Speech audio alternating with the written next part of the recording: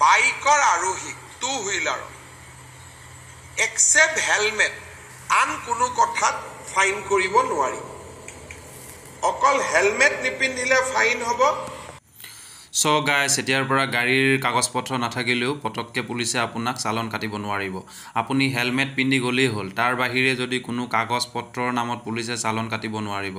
আৰু সেকেন্ডত কৈছে সাৰে সিএম সাৰে অটোৰিক্সা চালকসকলক 4 ভাৰকৈ ভুল কৰিলেও মানে ৰেহাই দিয়া হ'ব ঠিক আছে তাৰ 5 নম্বৰ বাৰত হে মানে ইহতক ফাইন বা যিকোনো ব্যৱস্থা লোৱা হ'ব সো আপোনালোকে সিএম সাৰৰ কথাত সাপোৰ্ট কৰা সকলে মোৰ চেনেলটো সাবস্ক্ৰাইব কৰা নাই যদি সো প্লিজ সাবস্ক্ৰাইব কৰি থৈ দিব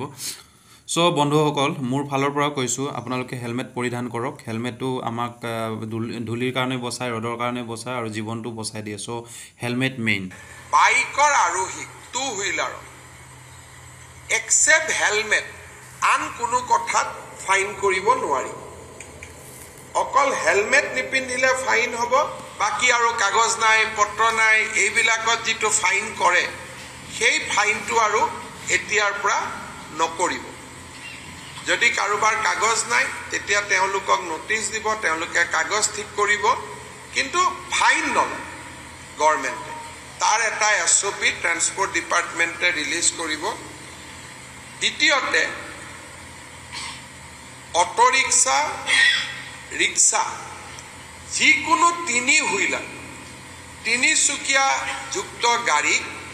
4 বাৰকৈ তেওঁলোকে ৰিপিটেড অপৰাধ নকৰালৈকে তেওঁলোকৰ পৰা কোনো ফাইন নোলোৱাৰ সিদ্ধান্ত লৈছে মানে এজন অটোৰিক্সা বা এটা ই-ৰিক্সা বা এজন ৰিক্সা চালকে 4টা ফাইন কৰাৰ পিছতহে 5 নম্বৰ বাৰতহে তেওঁলোকৰ পৰা ফাইন ল'ব পাৰিব মানে 4 বাৰ আমি তেওঁলোকক ওয়াৰ্নিং দিম 4 বাৰ ওয়াৰ্নিং দিয়াৰ পিছতো যদি তেওঁলোকৰ ভুলটো তেওঁলোকে কৰিয়েই থাকে তেতিয়াহলে 5 নম্বৰ বাৰতহে তেওঁলোকৰ পৰা ফাইন লোৱা যাব আৰু তেনেকে মটৰচাইকেল স্কুটাৰ স্কুটি আদিৰ পৰা এটাতে খালি ফাইন লোৱা যাব হেলমেট নিপিন্ধিলে বাকি আন কথাত আমি তেওঁলোকৰ পৰা ফাইন নলওঁ ইয়াৰ ওপৰত ট্ৰান্সপোৰ্ট ডিপাৰ্টমেণ্টক নিৰ্দেশ দিয়া হৈছে যে আপোনালোকে এটা এছঅপি বনাই অহা 15 দিনৰ ভিতৰত আপোনালোকে প্ৰকাশ কৰক যাতে অটোৰিক্সা ৰিক্সা ই-ৰিক্সা এওঁলোকে যাতে ফাইন আদিৰ পৰা ৰক্ষা কৰিব খোজে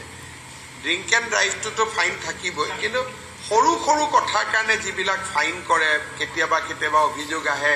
যে লাইসেন্সখন 2টা দিন পাৰ হৈ গ'ল কবাত ৰেজিষ্ট্ৰেচন নম্বৰটো নাই কবাত পলিউশন নাই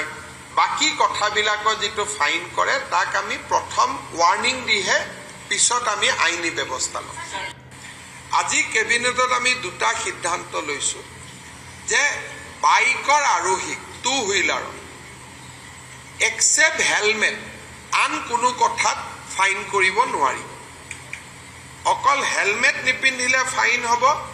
বাকি আৰু কাগজ নাই পত্ৰ নাই এইবিলাকত যিটো ফাইন কৰে সেই ফাইনটো আৰু এতিয়াৰ পৰা নকৰিব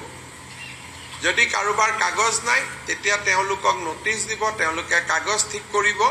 কিন্তু ফাইন নলয় গভৰ্ণমেণ্টে তাৰ এটা এছঅপি ট্ৰান্সপোৰ্ট ডিপাৰ্টমেণ্টে ৰিলিজ কৰিব দ্বিতীয়তে অটোৰিক্সা ৰিক্সা যিকোনো 3 হুইলাৰ 3 চকীয়া যুক্ত গাড়ী 4 বাৰকৈ তেওঁলোকে ৰিপিটেড অপৰাধ নকৰালৈকে তেওঁলোকৰ পৰা কোনো ফাইন নোলোৱাৰ সিদ্ধান্ত লৈছে মানে এজন অটোৰিক্সা বা এটা ই-ৰিক্সা বা এজন ৰিক্সা চালকে 4টা ফাইন কৰাৰ পিছতহে 5 নম্বৰ বাৰতহে তেওঁলোকৰ পৰা ফাইন ল'ব পাৰিব মানে 4 বাৰ আমি তেওঁলোকক ওয়াৰ্নিং দিম 4 বাৰ ওয়াৰ্নিং দিয়াৰ পিছতো যদি তেওঁলোকৰ ভুলটো তেওঁলোকে কৰিয়েই থাকে তেতিয়াহলে 5 নম্বৰ বাৰতহে তেওঁলোকৰ পৰা ফাইন লোৱা যাব আৰু তেনেকে মটৰচাইকেল স্কুটাৰ স্কুটি আদিৰ পৰা এটাতে খালি ফাইন লোৱা যাব হেলমেট নিপিন্ধিলে বাকি আন কথাত আমি তেওঁলোকৰ পৰা ফাইন নলওঁ ইয়াৰ ওপৰত ট্ৰান্সপোৰ্ট ডিপাৰ্টমেণ্টক নিৰ্দেশ দিয়া হৈছে যে আপোনালোকে এটা এছঅপি বনাই অহা 15 দিনৰ ভিতৰত আপোনালোকে প্ৰকাশ কৰক যাতে অটো ৰিক্সা ৰিক্সা ই ৰিক্সা এওঁলোকে যাতে ফাইন আদিৰ পৰা ৰক্ষা কৰিব খোজে ড্ৰিংক এণ্ড ড্ৰাইভটোতো ফাইন থাকিবই কিন্তু সৰু সৰু কথাৰ কাৰণে যিবিলাক ফাইন কৰে কেতিয়াবা কেতিয়াবা অভিযোগ আহে যে লাইসেন্সখন 2 দিন পাৰ হৈ গ'ল কবাত ৰেজিষ্ট্ৰেচন নম্বৰটো নাই কবাত পলিউশ্যন নাই